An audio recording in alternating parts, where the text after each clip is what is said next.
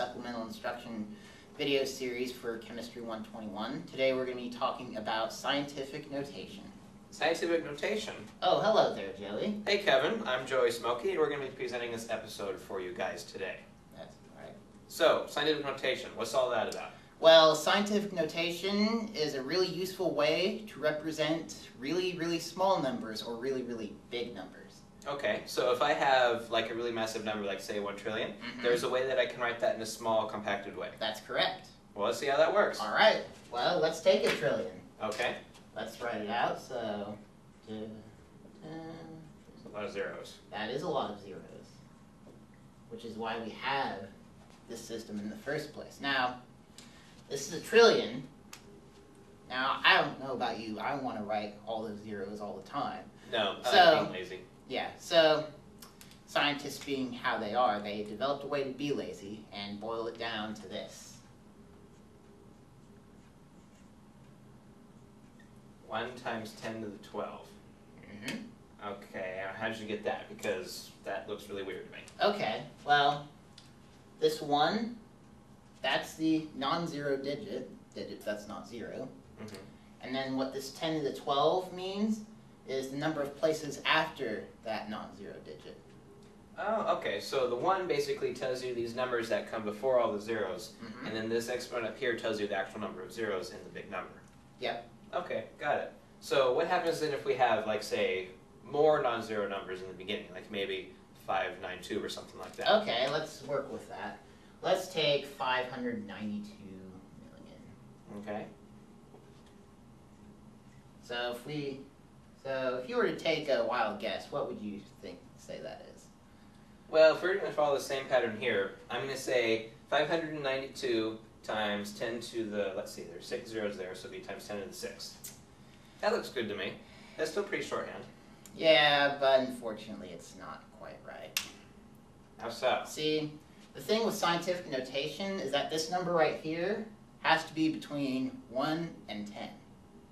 Oh, okay. And that's obviously 592. Yeah, so in other words, we have to take this and make it so that this number is between 1 and 10. And we can basically turn that into a decimal. Okay, so I'm going to take a wild guess and say 5.92 times 10 to the 6th. You got one part right. One part right? Yeah. It's not 10 to the 6th. No? Nope. How come? Now, if we start at the 5, that's our first non-zero digit. How many places are after that? We got 6 zeros plus those 2, so, it's going to be 8. Gotcha. So, this 10 to the 8th doesn't necessarily mean just the number of zeros.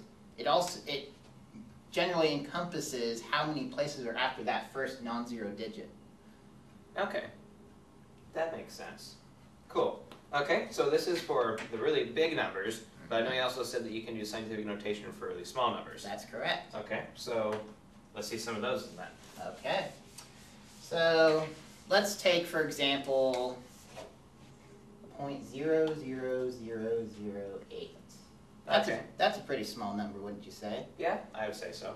Okay, now to do this, I would just write this 8 times 10 to the negative 5.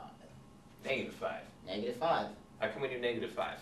Well, what the negative means is that you're going to the right of the decimal here. So, starting at the decimal, you go 1, 2, 3, 4, 5 places, stopping at the non-zero digit. Oh, okay. I guess that kind of makes sense because with the really big numbers, we have to go the other direction. So we can kind of tell the difference. If we have a negative exponent up there, we're dealing with a really small number, but if we have the positive one, then we're dealing with the really big numbers. That's correct. Okay. So what happens if we have more numbers than just the 8 there? What changes? That's a very good question. Now, let's take another number, say 0.0000000. I like lots of zeros. Apparently.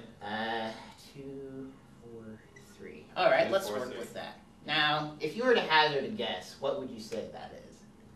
Well, let's see. Do we still have the same 1 to 10 rule going here? Yep, still 1 to 10. So I'm going to say that the 4 and the 3 are also just as important as the 2. So I'm going to guess that the first part's going to be 2.43. That's correct. Okay. Very good. But as far as the times 10 to the, I have no idea how we're going to work that out. Okay, fair enough. Now, how this works is that you start the decimal, like with any other number, and you just count 1, 2, 3, 4, 5, 6, 7. You stop at the first non-zero digit. Okay. At the very first one. So this is going to be the one that's to the left here. Okay. So, and then the number of places of that is 1, 2, 3, 4, 5, 6, 7. So it's going to be 10 to the negative 7. Okay. And then, of course, 4, 3, that's 2.43. Okay, so basically the trailing non-zero numbers after that aren't nearly as important as the first non-zero number. That's correct. Okay, that kind of makes sense. All right, very good. So this is scientific notation then? That is scientific notation, the basics. Okay, cool. So basically just remember then that I guess if we have these really big numbers, we're going to have the positive exponents. Really small numbers, we're going to have the negative exponents. That's right. Makes sense to me. All right, Kevin, well, let's go ahead and get some problems ready for these guys, and we'll go ahead and come back and do another session to make sure they get the concept down. All right. All right, see you later. See you later.